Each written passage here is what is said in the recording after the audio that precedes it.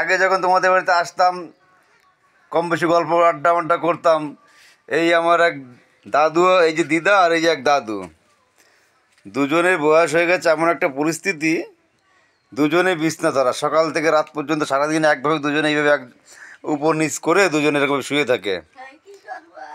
এখন দুজন এনাদের দেখারও তো তেমন কেউ নেই, একটা ছেলে আছে, সেও মাঠে ঘাটে কাজকর্ম করে সংসার চলায়। এবার এনাদের ডাক্তার খরচা, এনাদের দেখা, কে এনাদের দেখবে, কে এনাদের একটু যত্ন করবে, দিনে স্নান করানো, খাওয়ানো দাওয়ানো, খুব পরিস্থিতি খারাপ চলছে।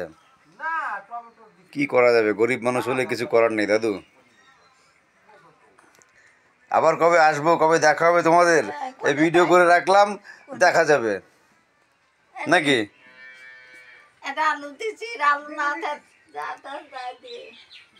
এই দাদু আমাদের একসময় খুব ছিল, একসময় রসিক দাদু ছিল, কিন্তু এখন রসিক দাদু থাকলে হবে কি, রসিক এখন বয়স হয়ে গেলে রোগে পড়লে পরে রসিকের আর কোনো গল্প থাকে না, কি দাদু?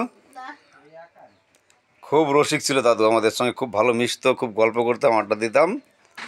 এই যে দাদু আর এই যে দিদা, দুজনেই বিছনাদার হয়ে গেছে, দেখার কেউ নেই। একটা ছেলে আছে এবং বউ আছে, ছেলের বউ।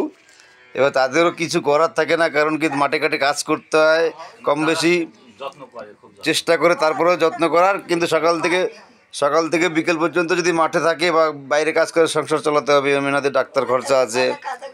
এবার খুব অবস্থা খুব খারাপ।